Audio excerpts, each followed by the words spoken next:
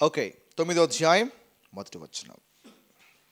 సక్సెస్ఫుల్గా 8 చాప్టర్స్ మనం ముగించుకున్నాం. 9th చాప్టర్లోకి అడుగు పెడుతున్నాం. 9వ అధ్యాయం మొదటి వచనం. మరియు దేవుడు నోవాహును అతని కుమారులను ఆశీర్వదించి, మీరు ఫలించి అభివృద్ధి పొంది భూమిని నింపుడి. ఇక్కడ ఈ మాట గమనించాలి. ఫలించి అభివృద్ధి పొంది భూమిని నింపాలి. ఎంతమంది ఫలించాలనుకుంటున్నారు? ఎంతమంది అభివృద్ధి చెందాలనుకుంటున్నారు? ఎంతమంది విస్తరించాలనుకుంటున్నారు? ఈ మూడు జరగాలి అంటే వీటికి ముందు ఉన్నటువంటి ఒక కీలకమైన పదాన్ని మనం ఫోకస్ చేయాలి. ఆశీర్వదించి. ఏముంది? కాబట్టి దేవుడు ఏం చేస్తున్నాడు? వారిని ఆశీర్వదించారు.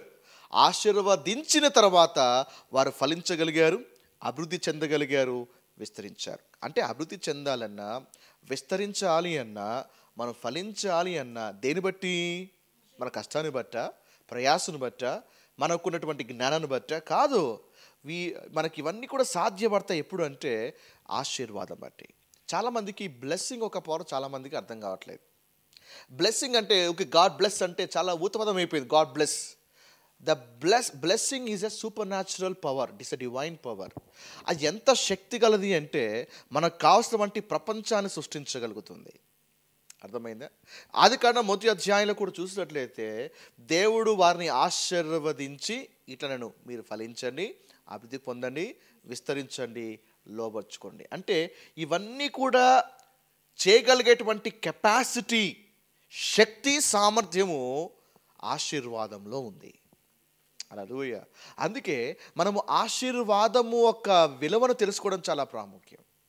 నువ్వు ఆశీర్వాదంలో నిలబడితే ఇవన్నీ కూడా నీకు సాధ్యమవుతాయి. ఈరోజు చాలామంది వర్ధిల్లాలంటే హార్డ్ వర్క్ చేస్తారు, మంచిది. కానీ బ్లెస్సింగ్ లేకపోతే హార్డ్ వర్క్ ఎక్కడ? సామెతలు 10వ అధ్యాయం 22లో రాయబడింది కదా, యెహోవా ఆశీర్వాదము ఐశ్వర్యం ఇచ్చును, నరుల కష్టార్జితము చేత అది ఎక్కువ కాదు. కాబట్టి ఐశ్వర్యం ఇచ్చేది ఏంది? ఆశీర్వాదం. నరుల కష్టార్జితమే ఉంటే దానివల్ల నువ్వేమీ పొందుకోలేవు. కాబట్టి మనం ఒక కష్టపడుతున్నా, ఉద్యోగం చేస్తున్నా, వ్యాపారం చేస్తున్నా, we need to rely on God's blessing. ఆదివారము పాస్టర్ గారు చర్చ అయిపోయినాక తండ్రి దేవుని ప్రేమయ్యో లేకపోతే ఇలా బ్లడ్ ఇస్తూ మీరు ఫలించుదురుగాక, మీరు దీవించబడుదురుగాక అట్లా అంటే చాలామందికి బహుశా అవగాహన ఉందో తెలియదు. కానీ if you are serious, the blessing will definitely create your future. Hallelujah. యాజకుని నోట్లో ఉంచి వచ్చేటువంటి ఆశీర్వాదం ఏమైతే ఉందో మీలో ఇదివరకే ఉన్న దాన్ని బలపరుస్తుంది, దానికి సామర్థ్యం అనుగ్రహిస్తుంది, నేను ముందుకు వెళ్ళేటట్లుగా చేస్తుంది. హల్లెలూయా. ఒక చిన్న ఎగ్జాంపుల్ చెప్తాను. ఒక రోజున అబ్రహాం ఒక సోదరుడు పట్టుబడ్డాడు, చెరగా తీసుకోబోబడ్డాడు. అబ్రహాం అడిగాడు దేవుణ్ణి, ప్రభువా నేను వెళ్ళి తరమన్నా అంటే వెళ్ళి తరమన్నాడు. వెళ్ళి పట్టుకొని వాళ్ళ చేతులందరినీ ఓడించి తన తమ్ముని ఆస్తిని అన్నీ కూడా తీసుకొని రిటర్న్ అవుతూ ఉండగా మార్గం మధ్యలో ఒక వ్యక్తి కనపడతాడు. అతని పేరు మెల్కీసెదెక్. అతనికి తనకు దాంట్లో 10వ భాగాన్ని చెల్లిస్తాడు. 10వ భాగం ఎప్పుడైతే చెల్లిస్తాడో మెల్కీసెదెక్ అతన్ని ఆశీర్వదిస్తాడు. ఎప్పుడైతే బ్లెస్సింగ్ మెల్కీసెదెక్ అతని యొక్క జీవితంలో ఈ యొక్క బ్లెస్సింగ్ రిలీజ్ చేస్తాడో ఆ తర్వాత అబ్రహాము ధనవంతుడిగా మార్చబడ్డాడు. హల్లెలూయా. కాబట్టి ఒక వ్యక్తిని దీవించబడేటట్లుగా చేసేది, ప్రయోజకునిగా చేసేది, ఫలించేటట్లుగా చేసేది is a blessing of God. అందుకే దేవుడు యాజకుని ద్వారా బ్లెస్సింగ్ అనుగ్రహిస్తాడు. అందుకే ఓల్డ్ టెస్టమెంట్ బాగా చదివితే యాజకులు ఆశీర్వాదాన్ని పలుకుతారు.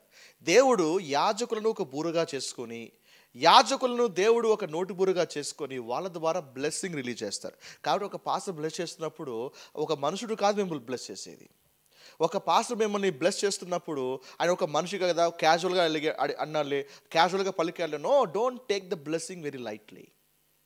అది క్రియేటివ్ ఫోర్స్. అది మీ భవిష్యత్తును, మీ డెస్టినీని మార్చేటువంటి స్పిరిచువల్ ఫోర్స్. అది అక్కడి నుంచే సమస్తము ఉద్భవిస్తాయి. ఆమేన్. హల్లెలూయా. సో కాబట్టి ఆశీర్వదించబడ్డం అనేది చాలా ప్రాముఖ్యమైనది. హల్లెలూయా. రైట్. ఏమన్నాడు? మీరు ఫలించి అభివృద్ధి పొంది భూమిని నింపండి అంటే విస్తరించండి అని అర్థం.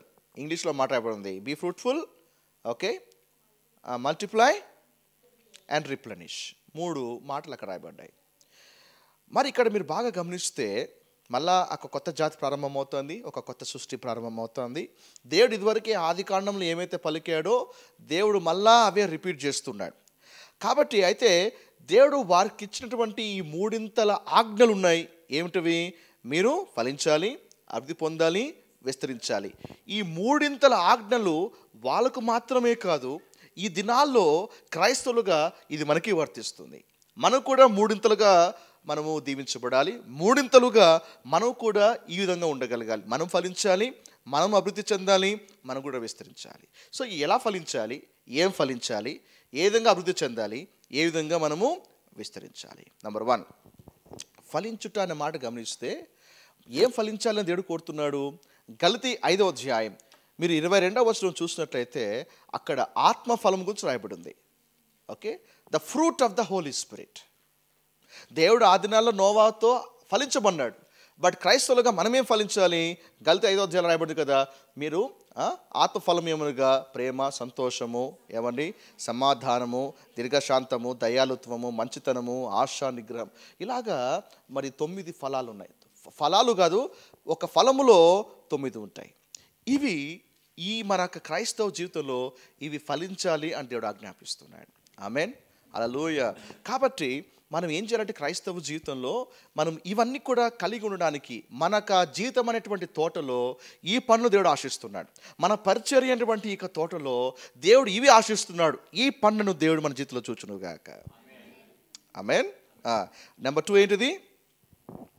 అభివృద్ధి చెంది, మల్టిప్లై అని రాయబడింది. మల్టిప్లై అంటే నోవా అతని యొక్క ఫ్యామిలీ మొత్తం ఎంతమంది? 8 మెంబర్స్. 8 మెంబర్స్గా ఉండిపోవడం దేవుని చిత్తమేనా? లేదు. 8 మెంబర్స్ కాస్త 16 కావాలి, 16 కాస్త 32 కావాలి, ఇలాగా మల్టిప్లై అవ్వుకుంటూ వెళ్ళాలి, భూమి అంతా కూడా విస్తరించాలి. మల్టిప్లై. సో కాబట్టి దేవుని రాజ్యంలో మల్టిప్లికేషన్ చాలా ఇంపార్టెంట్. హల్లెలూయా.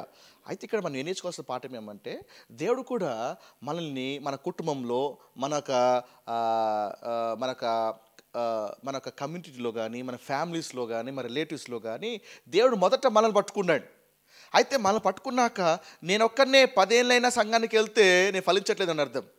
నేను ఒక్కనే సంఘానికి వెళ్తున్నాను కానీ నా వాళ్ళు ఎవరు కూడా ప్రభులోకి రాలేదు అట్లంటే నేను మల్టిప్లై కాలేదని అర్థం. నేను రక్షించబడినాక ఏంటి, నేను ఒక్కడిగానే ఉండకూడదు, నాతో పాటు 4 రక్షించబడాలి, నాతో పాటు 10 మంది ప్రభులోకి రాగలగాలి. మల్టిప్లికేషన్ అంటే అది. దేవుడు ఫిజికల్గానే కాదు, స్పిరిచువల్గా మల్టిప్లై గమ్మంటున్నాడు. నా ద్వారా 10 మంది రావాలి, నా ద్వారా 20 మంది కావాలి, ఆత్మీయంగా నేను ఒక 20 మందికి నేను కనాలి, ఆత్మీయంగా నేను ఒక 30 మందిని ప్రభులోకి నడిపించగలగాలి. ఈ యొక్క ఆత్మీయముగా కరణం అనేది మన లైఫ్లో కనిపించగలగాలి. Don't be spiritually barren. దేవుడు నీ ద్వారా సంతానము కలగాలని, దేవుడు నీ ద్వారా కొంత ప్రభులోకి రావాలని దేవుడు ఆశపడుతున్నాడు. కాబట్టి మనం ఎంత ఏం చేయాలంటే, ప్రభువా నేను ఇన్నేళ్ళైనా నేను ఒక్కనే సంఘానికి వస్తానయ్యా, కానీ నా ద్వారా కొందరు ఆత్మలైనా కూడా ప్రభులోకి రాగలగాలి. నా కమ్యూనిటీలో, నా ఫ్రెండ్స్లో, నాకు సర్కిల్లో కొందరినైనా సరే నేను వాళ్ళని నీ వద్దకు నడిపించగలగాలి.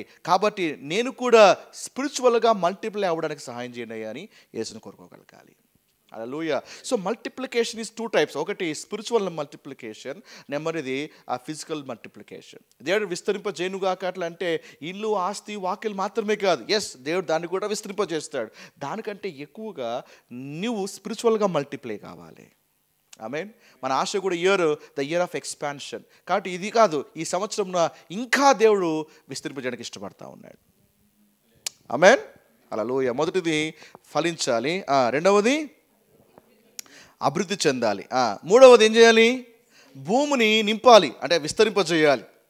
భూమిని నింపాలి, ఇక్కడ చెప్పండి, భూమిని నింపాలి. కాబట్టి నేను ఫలించాలి, నా కోసం అది. నేను అభివృద్ధి చెందాలి, పక్కన వాళ్ళందరినీ దేవుని నడిపించడానికి. అండ్ భూమిని నింపాలి. చెప్పండి, భూమి నింపాలి అంటే దేవుడు ఇక్కడ ఏమని మాట్లాడుతున్నాడంటే, దేవుడు నువ్వు ఎలాంటి దర్శనము కలిగి ఉండాలి తెలుసా? భూమంతా విస్తారమైన దర్శనం కలిగి ఉండాలి. You must have a global vision. దేవుడు అంటాడు భూమి నింపు అని దేవుడు నోవాతో మాట్లాడుతున్నాడు. నోవాతో మాట్లాడినప్పుడు భూప్రపంచం ఎవరైనా ఉన్నారా? ఆ ఫ్యామిలీ తప్ప ఎవరు లేరు. కానీ నోవాతో మాట్లాడుతూ భూమి అంతటిని అని మాట్లాడుతున్నాడు. అంటే విజన్ అంత పెద్దగా ఉండాలి, నీ దర్శనము పెద్దదిగా ఉండాలి, నీ ఆలోచన పెద్దదిగా ఉండాలి. దేవుడు నీ పట్ల విస్తారమైనటువంటి ప్లాన్స్ కలిగి ఉన్నారు. So that is why you must have a global vision. నీ యొక్క సర్కమ్స్టాన్సెస్ బట్టి, నీ యొక్క బలమును బట్టి, నీ యొక్క వనరులు బట్టే నువ్వు చిన్న దర్శనమా ఇంకొంచెం పెద్ద దర్శనం నిర్ణయించుకోవద్దు. నీ దగ్గర ఏమీ లేకపోయినా సరే దర్శనము పెద్దదిగా ఉంటే సమస్తము సమకూర్చబడతాయి. హల్లెలూయా. యేసేపు మరి గొయ్యిలో వేయబడ్డాడు, ఆ తర్వాత చెరసాలలో వేయబడ్డాడు, బానిసగా కొనిపోబడ్డాడు. కానీ యేసేపు ఎప్పుడు కూడా ఒకే ఒక దర్శనము ఏంటి తెలుసా? అతనికి ఒక కళ ఇచ్చాడు కదా దేవుడు, సింహాసనం మీద కూర్చోవడము, తన ఎదుట అనేకులు సాగిలపడి నమస్కరించడం. అది చాలు. తన దగ్గర చిల్లి గవ లేకపోయినా, దాసు దగ్గర ₹1 కూడా ఉండదు, ఈజ్ ఎ స్లేవ్ అంతే. ఇంకో మాట చెప్పాలంటే తన మీద తానకే హక్కు ఉండదు. ఒకవేళ ఎక్కడికైనా వెళ్ళాలన్నా కూడా పర్మిషన్ అడగాలి, అంత భయంకరం ఒక స్లేవ్. కానీ ఏమి లేకపోయినా తన దగ్గర దర్శనం అనేది ఉంది. అందుకే ఆ దర్శనాన్ని గట్టిగా పట్టుకున్నాడు. ఒక రోజున నేను ఖచ్చితంగా అలా ఉంటాను అని గట్టిగా నమ్మాడు. యెహోవా వాక్కు అతన్ని పరిశోధించుచుండెను అని కీర్తనల గ్రంథంలో యేసు గురించి రాయబడింది. ఆ దర్శనం ఉంది కాబట్టే చెరసాల కానీ, గొయ్యి కానీ, పొతిఫారు భార్య కానీ, ఏమని తనతో పాటు జైలు పంచుకున్నటువంటి ఒక బేకర్ కానీ, ఏమండి పానతాయకుడు కానీ, లేకపోతే ఆ పాత్ర అందించేవాడు కానీ, భక్షకాడు కానీ, ఎవరు పట్టించుకోకపోయినా అందరూ వదిలేసిన దేవుడు యేసేపుని పైకి లేపి సింహాసనం కూర్చుని పెట్టాడు. When you have a vision you will have a provision. కాబట్టి నీవు చిన్న దర్శనాన్ని కలిగి ఉండదు. దేవుడు నీ పట్ల బిగ్ విజన్ కలిగి ఉన్నాడు. దేవుడు నీ పట్ల గొప్ప ప్లాన్ కలిగి ఉన్నాడు. Think big. ఎందుకంటే మన దేవుడు పెద్దవాడు కాబట్టి పెద్దదిగానే ఆలోచించగలగాలి. హల్లెలూయా. కాబట్టి నీకున్న లిమిట్స్ బట్టి నువ్వు డిసైడ్ చేసుకోవద్దు. ఒకరోజు దేవుడు గిద్యోనుతో మాట్లాడుతున్నాడు. ఈరోజు మార్నింగ్ రిఫ్లెక్షన్ అదే పెట్టాను నేను. గిద్యోనుతో మాట్లాడుతూ, గిద్యోను చాలా పిరికివాడు. ఎంత పిరికివాడు అంటే ఏమంటే గోధుమలు దుల్లగొడుతున్నాడండి. అది గానుగు చాటున వెళ్ళి, గోధుమ దుల్లగొట్టడానికి భయమా? అది గానుగు చాట వెళ్ళి గోధుమ దుల్లగొడుతూ ఉన్నాడు. సడన్గా ఒక దూత ప్రత్యక్షమై అంటున్నాడు కదా, ఏమని? పరాక్రమం గల బలాఢ్యుడా అనగానే గిద్యోను చుట్టుపక్కల చూస్తూ ఉన్నాడు, ఎవరైనా ఉన్నారేమో అని. దూత అన్నాడు, అయ్యా నేను చెప్పేది నీకే, పరాక్రమైన బలాఢ్యుడా అంటే ఆయనకి మతిపోయింది. తాను చూసుకున్నాడు. చిన్న పర్సనాలిటీ. చేతుల కత్తి ఉందా? చేతుల పనులు ఉన్నాయి. ఎవరిని కొడుతున్నాడు? బండను కొడుతున్నాడు కానీ ఎవరిని బండకేసి కొట్టట్లే. నేనెక్కడ పరాక్రమైన బలాఢ్యుడా అని ఆశ్చర్యపోయాడు. వై? బికాస్ గిద్యోను తను కాదనుకుంటున్నాడు తన పరిస్థితిని బట్టి. కానీ దేవుడు తన పరిస్థితి ఎలా ఉన్నప్పటికీ కూడా, గిద్యోను ఎలా ఉన్నప్పటికీ కూడా గిద్యోనులో ఒక పరాక్రమైనటువంటి బలాఢ్యుని చూశాడు. That's how you must see yourself. ఆ విధంగా నీ యొక్క ప్లాన్ కానీ, నీ విజన్ కానీ దేవుని యొక్క వనరులు దేవుని తగ్గట్టుగా ప్లాన్ చేసుకుంటూ ఉంటే ఆ రీతిగా దేవుని ముందు తీసుకెళ్తాడు. ఆమేన్.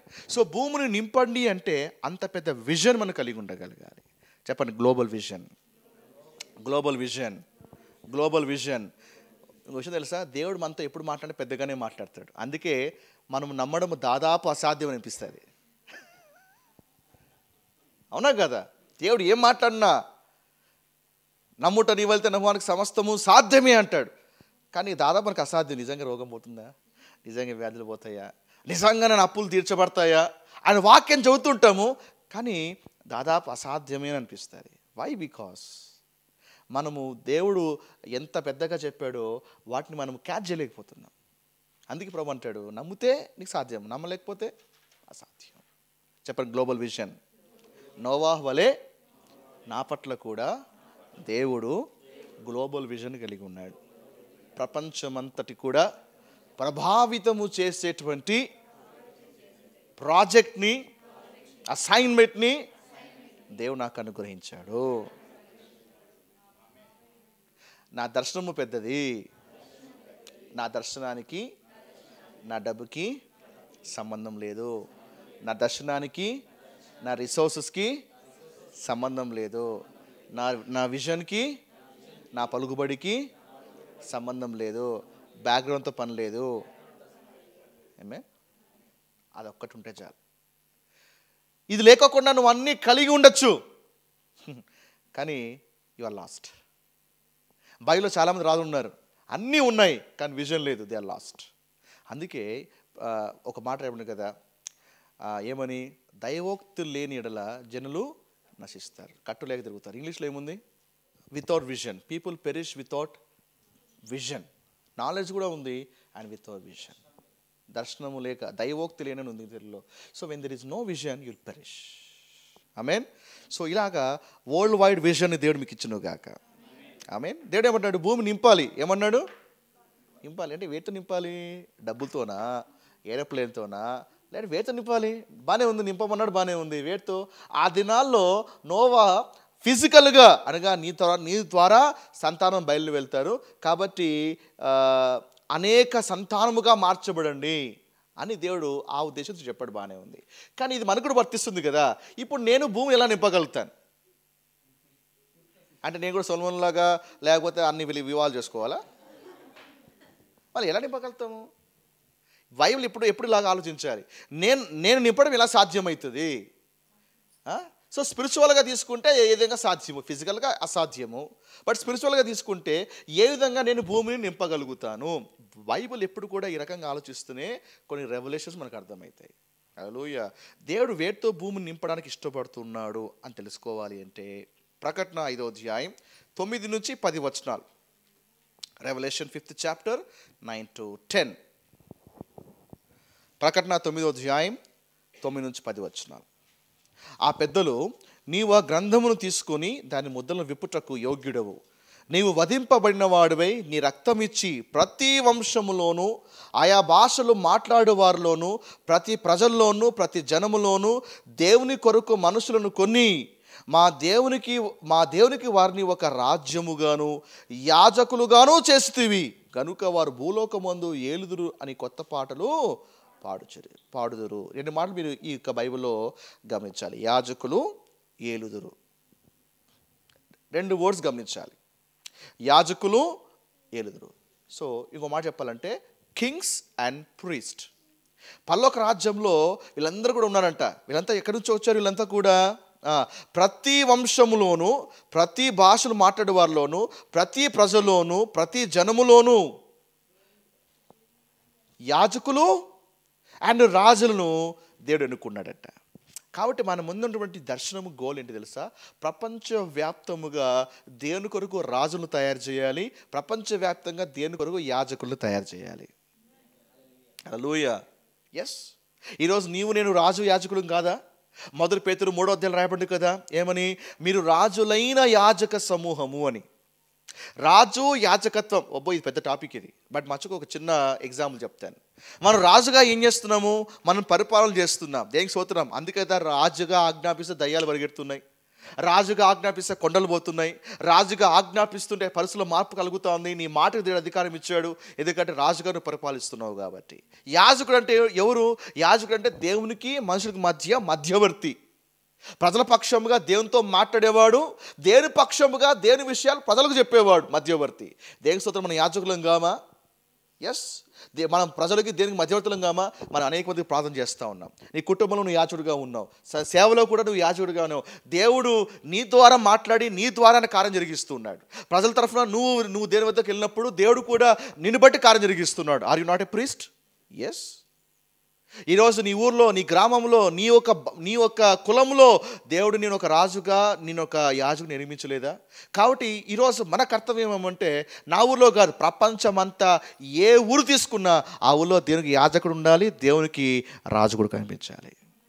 సో మన ముందు దర్శనం ఏమంటే, మనము ఈ భూమి అంతా కూడా రాజులతోనూ యాజకులతో నింపాలి. ఇప్పుడు నేను చేసే పని కూడా అదే. హల్లెలూయా. నేను చేసే పని కూడా అదే. ఆదర్శ నగర్లో నిలబెట్టా అని యాజకుడు రాజే ఉన్నాడు. ఎస్, ప్రతి ఊరు, ఏ ఊరు వదిలిపెట్టక అన్ని ఊళ్ళో ఉండాలా. అందుకే ఏ ఊళ్ళో సభలు పెట్టినా, ఏ ఊళ్ళో మీటింగ్లు పెట్టినా వాక్యం చెప్పడము, రక్షణలో నడిపించడం. ఒక వ్యక్తి రక్షణలోకి వచ్చేసాడా, ఆ ఊరు ప్రభు కోసం పట్టబడినట్టే. సమర స్త్రీ ఒక రక్షించబడింది, ఊరంతా రక్షించలేదా? ఎస్. కాబట్టి ఇలాంటి వారిని మన దేనికోసం తయారు చేయగలగాలి. హల్లెలూయా.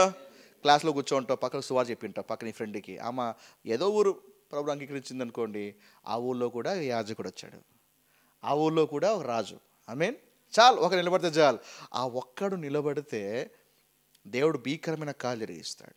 బైబిల్లో ఒక వ్యక్తి దేని కోసం నిలబడినప్పుడు ఎన్ని గొప్ప కార్యాలు చేశాడో తెలుసుకోవాలంటే బైబిల్ చెప్తే మీకు అర్థమవుతుంది. 1% ఒక్క నిలబడితే చాలు, ఆ వ్యక్తి బట్టి దేవుడు కార్యం జరిగిస్తాడు. హల్లెలూయా. ఒక 10 మంది ఉంటే చాలు, దేవుడు పట్టమంతా దేవుడు కాపాడతాడు. యోనా దేవుడు మాట్లాడలేదా, యోనా ఎందుకు నాశనం చేయలేదు, యోనా ఎందుకు నాశనం చేయాలి ఈ ఊరంతటి కూడా, ఈ ఊళ్ళో నాకు భయపడే వాళ్ళు కూడా ఉన్నారు, అందుకే నేను నాశనం చేయను. సో కాబట్టి ఒక్కొక్క ఊర్లో ఒక్కొక్క విలేజ్లో ఇలాంటి వాళ్ళు నిలబడితే ఎందుకు గొప్ప ఆశీర్వాదం అది. ఆమేన్. హల్లెలూయా.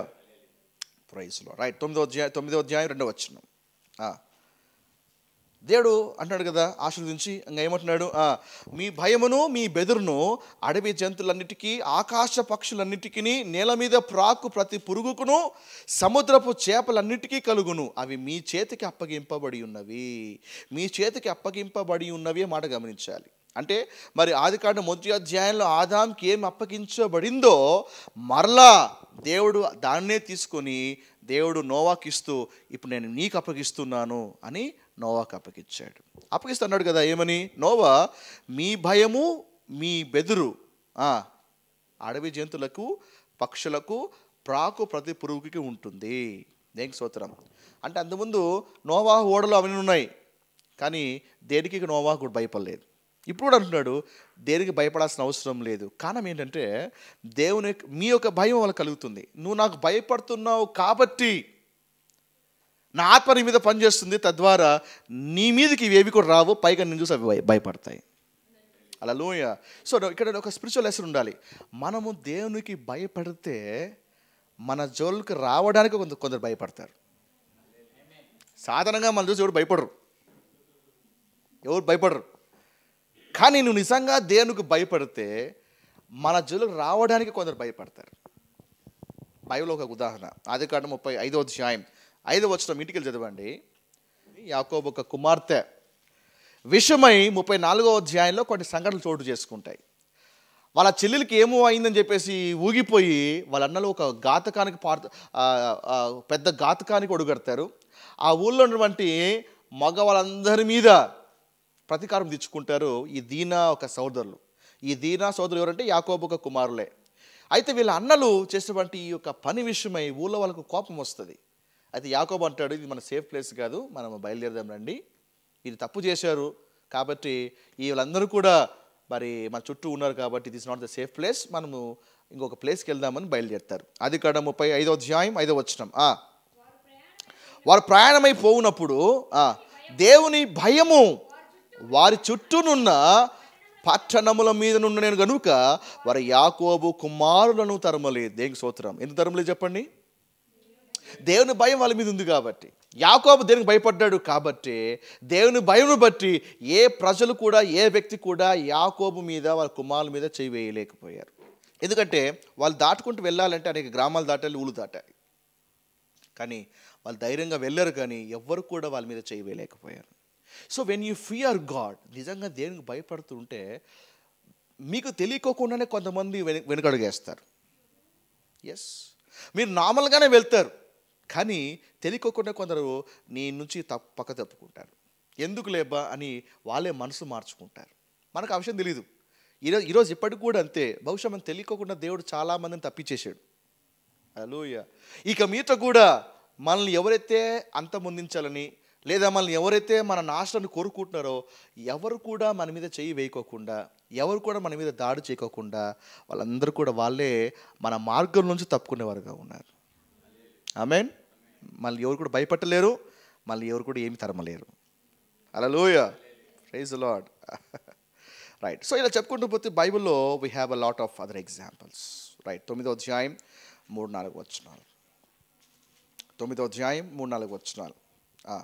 ప్రాణము గల సమస్త చరములు మీకు ఆహారం అగును, పచ్చని కూర మొక్కలు నిచ్చినట్లు వాటిని మీకు ఇచ్చి ఉన్నాను. ఆయనను మాంసమును దాని రక్తంతో మీరు తినకూడదు, రక్తమే దాని ప్రాణం. ఇప్పుడు దేవుడు ఏం చేస్తున్నారు, వీళ్ళ డైట్ని మారుస్తున్నాడు, వీళ్ళకి ఆహారాన్ని మారుస్తున్నాడు.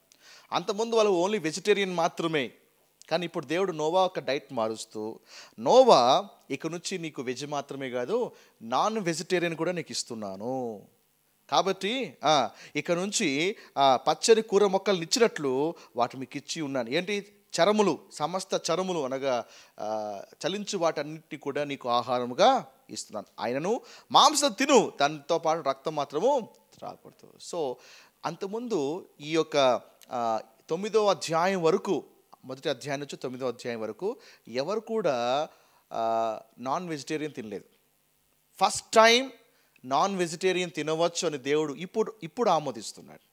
ఇక్కడ నుంచి మీరు తినచ్చు. కాబట్టి తెలుగులో ఒక సామెత ఉంది కదా, ఏమని? అహింస పరమో ధర్మ అని. అంటే దేన్ని కూడా మనం హింసించకూడదు, లేకపోతే దేన్ని కూడా దాన్ని హాని చేయకూడదు, అవి కూడా దేవులతో సమానమే అని అప్పుడప్పుడు అంటే మన హైందవ దాంట్లో అప్పుడప్పుడు వాళ్ళు నమ్ముతూ ఉంటారు. కానీ అది ఇక్కడ వర్తించదు. దేవుడు అప్రూవ్ చేస్తాడు, మీరు తినవచ్చు. ఆమేన్. మరి దేవుడు తినవచ్చు అని చెప్పినప్పుడు నీవు నేను ఆపగలుగుతామా? ఒక వ్యక్తి తనకి ఇష్టము లేకపోతే, ఇష్టం ఉండి తిన్నాడు అనుకోండి, నువ్వు తింటావేంటి అని స్టాప్ చేయకూడదు. ఒక వ్యక్తి తినలేదనుకోండి, నువ్వు ప్రభు నమ్ముకున్నావు, ఇంకా నువ్వు తినవా దీన్ని అని ఆయన తినేటట్లుగా ఎంకరేజ్ కూడా చేయకూడదు. అర్థమవుతుందా?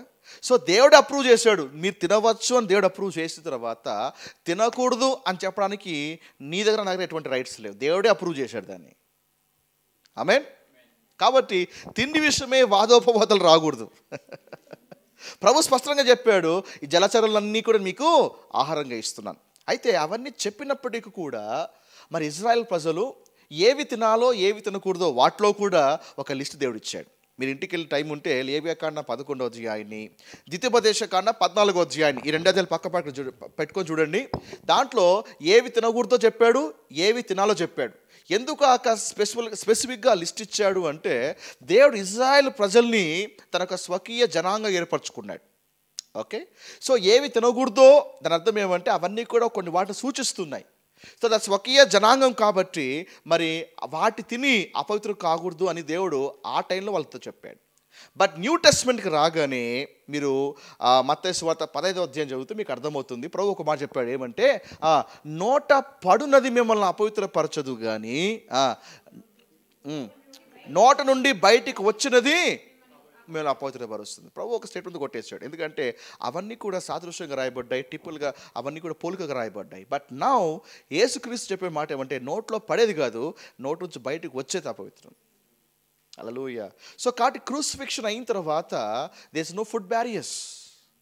దాని తర్వాత ఇక ఎలాంటి నియమాలు ఏం లేవు. కాబట్టి దేవుడు ఫ్రీడమ్ అయితే ఇచ్చాడు. ఆహార విషయమై దాని గురించిన డాక్టరీన్స్ కానీ వాదోపవాదాలు కానీ అనేవి మనం ఎంటర్టైన్ చేయకూడదు. హల్లెలూయా. మొత్తం 4వ అధ్యాయం 1-5 వచనం చూసినట్లయితే ఎవరైనా వచ్చి ఇది తినకూడదు అని ఆహార విషయంలో ఏమైనా కండిషన్లు పెట్టాడంటే అది సైతాను బోధ, అబద్ధ బోధ, అది దయ్యముల బోధ అని అక్కడ రాయబడి ఉంది. కాబట్టి నువ్వు కూడా పక్క బిలీవర్స్తోను ఇంకో బిలీవర్స్తోను తినచ్చు తినకూడదు ఈ డాక్టరీన్స్ అనేది మనం క్రియేట్ చేయకూడదు. నచ్చిందా హ్యావ్ ఇట్, నీ నచ్చలేదా లీవ్ ఇట్, అంతే. 2 దారులు. ఇక నో మోర్ డిస్కషన్స్. హల్లెలూయా. కాబట్టి 9వ అధ్యాయం నుంచి నాన్ వెజిటేరియన్ అనేది మొదలైంది. దేవునికి స్తోత్రం. హల్లెలూయా. పాస్టర్ గారు నాన్ వెజిటేరియన్కి అలవాటు పడిన పాస్టర్ గారు, కానీ ఇలాగే ఉంటుందా, ఫ్యూచర్లో ఇలాగే ఉంటుందా, నూతన భూమి నూతన ఆకాశాలు ఇలాగే ఉంటుందా, 1000 ఏళ్ల పరిపాలన ఇలాగే ఉంటుందా? దేని బిడ్డ 9వ అధ్యాయం వరకు లేదు, దేవుడు కొత్తగా ప్రవేశపెట్టాడు. ఇది ఎంతవరకు సాగుతుంది తెలుసా? 1000 ఏళ్ల పరిపాలన వరకు సాగుతుంది. ఎన్నేళ్ళ వరకు? 1000 years ఆఫ్ రూల్ వరకు సాగుతుంది. ఆ తర్వాత ప్రభు పరిపాలనలో నో నాన్ వెజిటేరియన్. అబ్బా కష్టం కదా పాస్టర్ గారు, చికెన్ తిని మటన్లు తిని ఫిష్లు తిని 1000 ఏళ్ల పరిపాలనలో అవి ఆ ఐటమ్స్ లేకపోతే చాలా అప్సెట్ అయిపోతారు పాస్టర్ గారు. అంతే. ఆయన పరిపాలన ఉన్నంత వరకు, వచ్చేంత వరకు దేవుడు అలౌ చేశాడు. ఆయన రాగానే ఇది మళ్ళీ స్టాప్. యెషయా గ్రంథము 11వ అధ్యాయం 6-7 వచనాలు దీవించబడుతున్నారా? యెషయా గ్రంథము 11వ అధ్యాయం 6-7 వచనాలు. యెషయా 11వ అధ్యాయం 6-7 వచనాలు. తోడేలు గొర్రెపిల్ల యొద్ద వాసము చేయును. అంటే తినలేదా? అంటే తోడేలు గొర్రెపిల్ల తినట్లేదు అనమాట. చిరుతపులి మేకపిల్ల యొద్ద పండుకొను. అంటే చిరుతపులి మేకపిల్ల తినట్లేదు అనమాట. దూడయు కొదమ సింహమును పెంచబడిన కోడయు కూడుకొనగా, అంటే ఒకరికొకరు చంపుకోలేదన్నమాట. బాలుడు వాటిని తోలును, ఆవులు ఎలుగులు కూడి మేయును, వాటి పిల్లలు ఒక్క చోటనే పండుకొను, ఎద్దు మేయినట్లు సింహము కూడా గడ్డి మేయును. సింహము కూడా చెప్పండి, నాన్ వెజిటేరియన్ ఉందా? నీకే కాదు, జంతువులు కూడా నో నాన్ వెజిటేరియన్. ఆదికాండం 9వ అధ్యాయం వరకు ముందు వరకు కూడా మళ్ళీ జంతువులు కూడా ఒకదాన్ని ఒకటి చంపుకున్నట్టుగా లేఖనాలు ఎక్కడ ప్రస్తావించబడలేదు. అర్థమైందా? సో తిన్నట్టుగానే బహుశా అవి కూడా అంతకుముందు ఓన్లీ వెజిటేరియన్ బహుశా. బట్ 9th చాప్టర్ తర్వాతనే ఆహారం అగును అన్నప్పుడు మాత్రమే ఈ సైకిల్ మారిందేమో బహుశా, తెలియదు కానీ.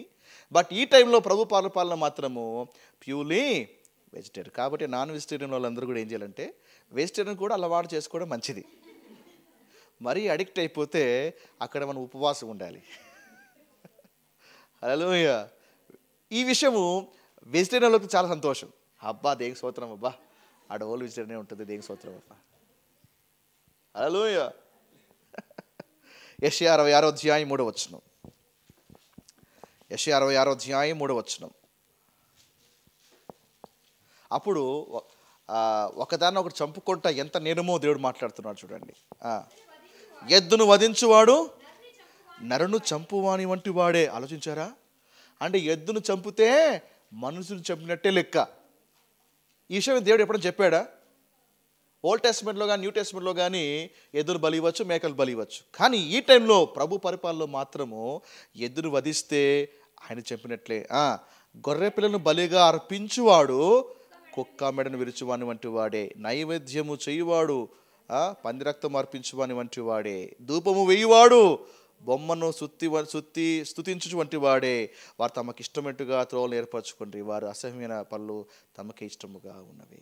So everything will be changed in his role. Hallelujah. కాబట్టి సింపుల్గా ఒక మాట చెప్పనా, తినచ్చా తినకూడదా అని ఆర్గ్యుమెంట్లు పక్కన పెట్టేయాలి. తినచ్చా తినకూడదా. సో ఎక్కువగా నాన్ క్రిస్టియన్స్ ఎక్కువగా దాడి చేస్తారు. మీరు జీసస్ చాలా శాంతిమూర్తి అని చెప్తారు కదా, గొర్రెలు చంపచ్చా? జీసస్ శాంతిమూర్తి అని చెప్తారు కదా, వాళ్ళు మేకలు చంపుతారేంటి, నాన్ వెజ్ తింటారేంటి, కోడిని చంపుతారేంటి, ఇవన్నీ కూడా. సో కాబట్టి ఇలాంటి క్వశ్చన్లతో అప్పుడప్పుడు మన మీద దాడి చేస్తుంటారు. మీకు చేశారా లేదా? మళ్ళీ ఏం చెప్పారు ఆన్సరు? అయినా మేము తినేదే అన్నారా, లేకపోతే జవాబు చెప్పే ప్రయత్నం ఏమైనా చేశారా? లేకపోతే తప్పించుకున్నారా? Right question. రేపు ఫోన్ చేయి ఫస్ట్, ఇప్పుడు కానిద్దాం. రేపు ఫోన్ చేయి, రేపు ఆయన అడగడు, నువ్వు చెప్పవు. సో ఇలాంటి క్వశ్చన్స్ వేసినప్పుడు వాళ్ళు జవాబు చెప్పగలగాలి. నేను పొలంలో ఉన్నప్పుడు, కొత్తలో ఉన్నప్పుడు ఇలాంటి క్వశ్చన్స్ అప్పుడప్పుడు వేసేవాళ్ళు, ఇప్పుడు కూడా వేస్తూ ఉంటారు. కాబట్టి నాన్ క్రిస్టియన్స్ ఈ క్వశ్చన్స్ వేసినప్పుడు వాళ్ళకి భావన ఏంటంటే, ఎక్కువగా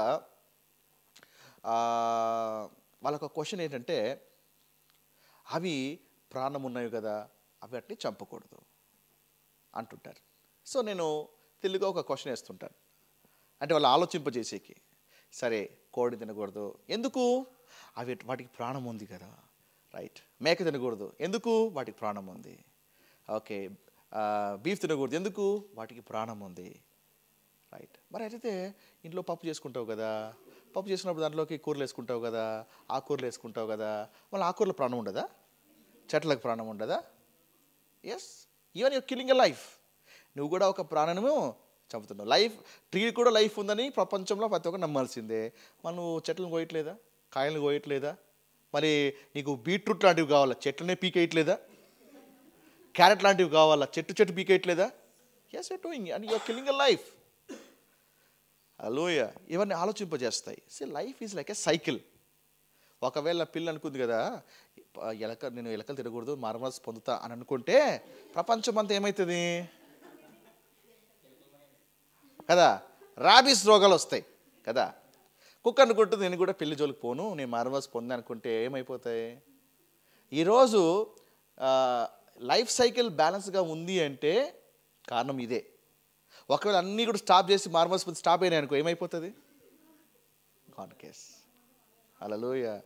కాబట్టి నేను అప్పుడప్పుడు నా ఫ్రెండ్స్కి వాళ్ళకి నేను చలోక్తిగా అప్పుడప్పుడు కామెడీ ఏం చేస్తానంటే, అరే నేను కూడా జంతు చికెన్ తింటానంటే లైఫ్ సైకిల్ని బ్యాలెన్స్ చేస్తున్నాను. నేను కూడా నా వంతుగా కృషి చేస్తున్నా సైకిల్ బ్యాలెన్స్ చేయడానికి. సో ఇంకో రకంగా చెప్పాలంటే నేచర్కి నేను హెల్ప్ చేస్తున్నా నేను. హల్లెలూయా. రైట్.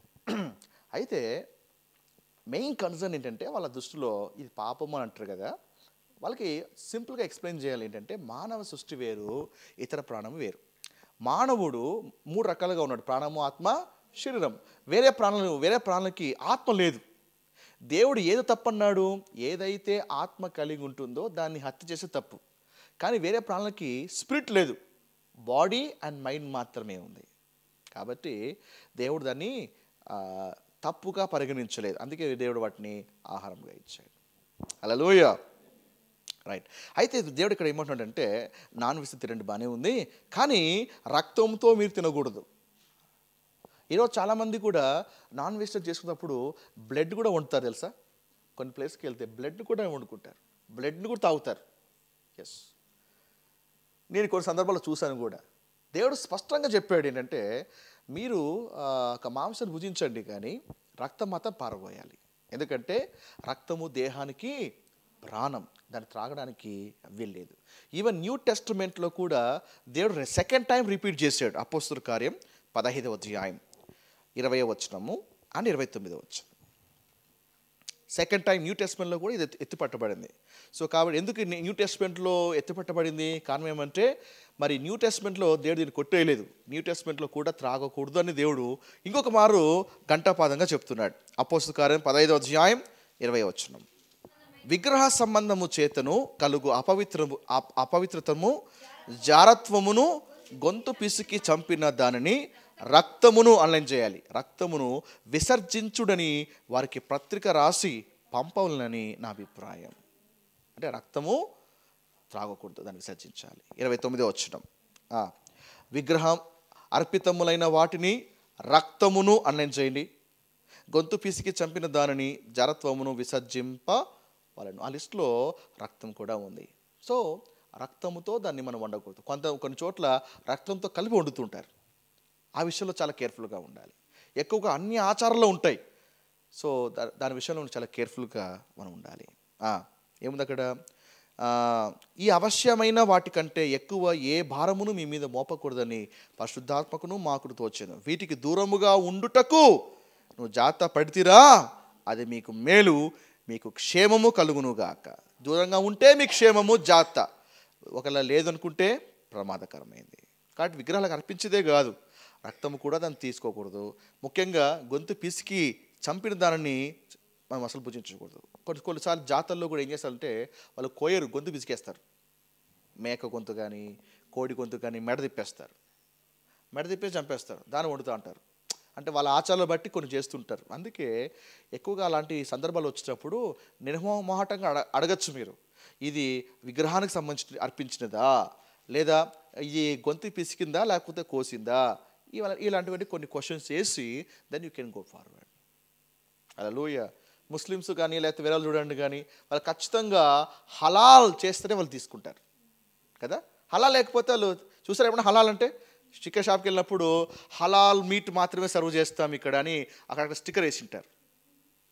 ఓకే, ఏంటి హలాల్ అంటే ఏదైనా కొయ్యాలి అంటే వాళ్ళ ప్రకారం ఒక గురువు రావాలా, దానికి ఏదైనా దాని ఏమంటారు ప్రేయర్ ఏదో చేయాలా, దానిలో నీళ్ళు ఏమైనా పోయాలా, అప్పుడు ఓకే అంటే అప్పుడు కోడి కొయ్యాలా. ఇప్పుడు కూడా మీరు చికెన్ షాప్కి వెళ్తారు కదా, ఏ చికెన్ షాప్ అయినా చూడండి, ఆయన వచ్చి ఎవరైనా వచ్చి ఓకే అంటే అప్పుడు కోడి కొయ్యాలా.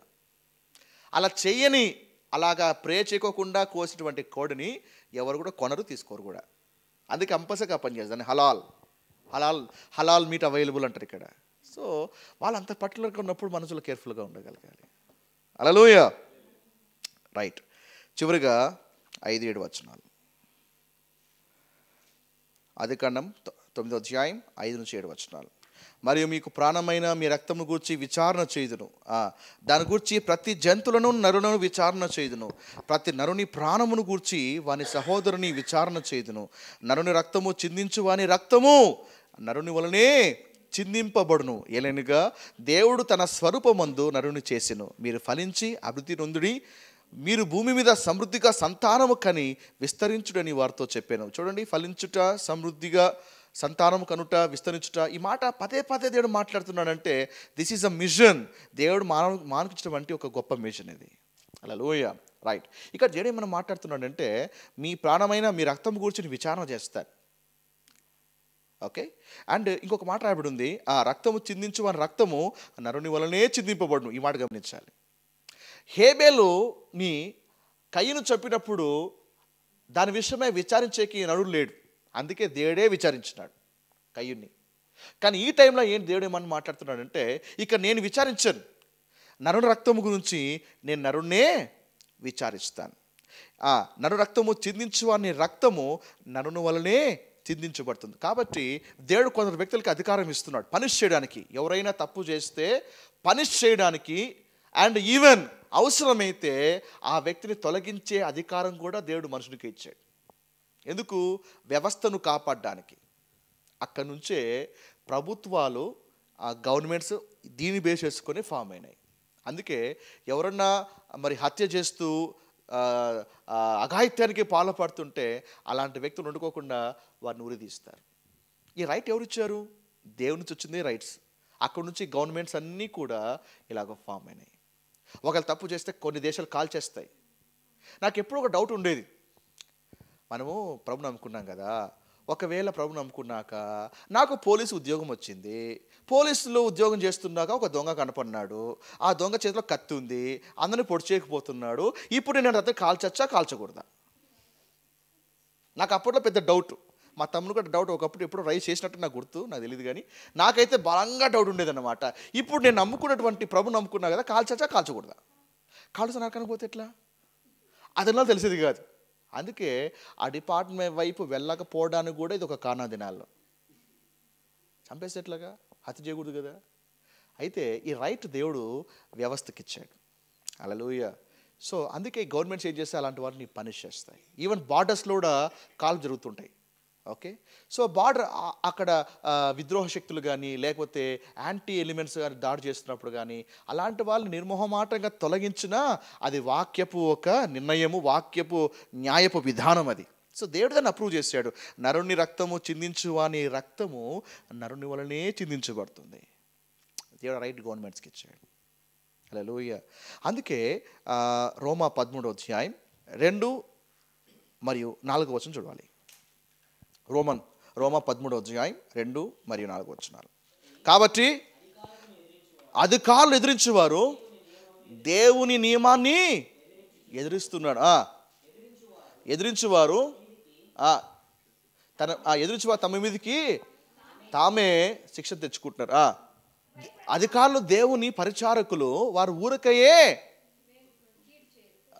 ఖడ్గము ధరింపరా? మార్చండి ఒకసారి. వాళ్ళు నువ్వు చెడ్డది చేస్తున్నాడలా భయపడము, వారు ఊరికయే ఖడ్గము ధరింపరు. అంటే ఏంటి ఖడ్గము? Punishment, judicial rights. దేవుడు వారికి అది రైట్స్ ఇచ్చాడు. ఊరికయ్యే ఖడ్గం ధరింపారు అంటే ఆ అధికారం ఎవరైనా కానీ కాక ఇవ్వబడిన అధికారం ఎక్కడి నుంచి వచ్చింది?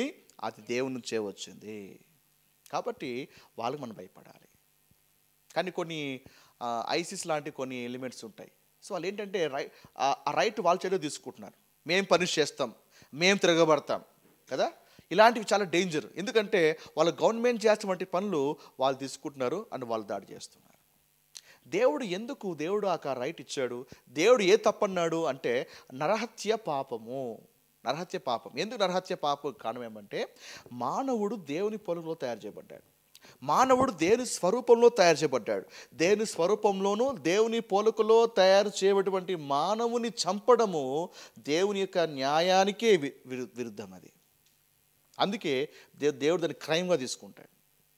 ఎవరైతే జీవం పోస్తాడో ఆ వ్యక్తి ఆ జీవం తీయాలి. కానీ మనము అంటే మానవుడు మధ్యలోకి వెళ్ళి ఒక లైఫ్ని ఎండ్ చేయకూడదు. జీవ మరణము దేవుడు ఆయన హ్యాండ్లో పెట్టుకున్నాడు ఆయన. కాబట్టి దేవుడు ఎప్పుడు ఊపిరి విడవాలి, దేవుడు ఎప్పుడు ఊపిరి తీసుకోవాలి అనేది ఆయన యొక్క ఆధీనంలో ఉంచుకున్నాడు. కాబట్టి నాకు రైట్ లేదు. ఒక వ్యక్తి యొక్క ప్రాణము తీసేటువంటి రైట్ దేవుడు మానవునికి ఇవ్వలేదు. ఇవ్వలేనప్పుడు మనం వెళ్ళి తీసే ట్రై చేశామా దేవుడు దాన్ని సీరియస్గా తీసుకుంటాడు. ఆమేన్. సో నోవా టైం నుంచి దేవుడు ఏం చేశాడంటే మానవులకి అధికారం ఇచ్చాడు. నేను కాదు శిక్ష వేయాల్సింది, ఆ వ్యక్తి నేను చంపాను. కయ్యని ఆ టైంలో ఎవరు లేరు కాబట్టి నేను పనిష్మెంట్ వేసా, కానీ మీ టైంలో నేను మీకే ఇస్తున్నాను. అక్కడి నుంచి ఎవరో తప్పు చేస్తే మానవుడే శిక్షించడం అనేది అక్కడి నుంచి మొదలైంది. ఆమేన్, హల్లెలూయా. సో నెక్స్ట్ క్లాస్లో మనము 8వ వచనం నుంచి మనం ధ్యానం కొనసాగిద్దాం.